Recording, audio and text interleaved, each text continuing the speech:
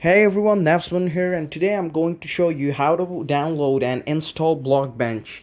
It is especially used for 2D and 3D arts, so you have to go to the BlockBench website by searching on Google, and then you have to download it as I'm showing you.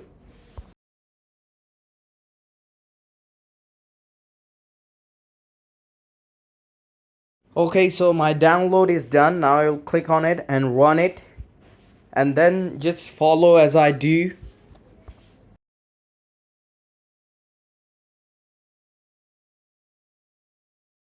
Click next.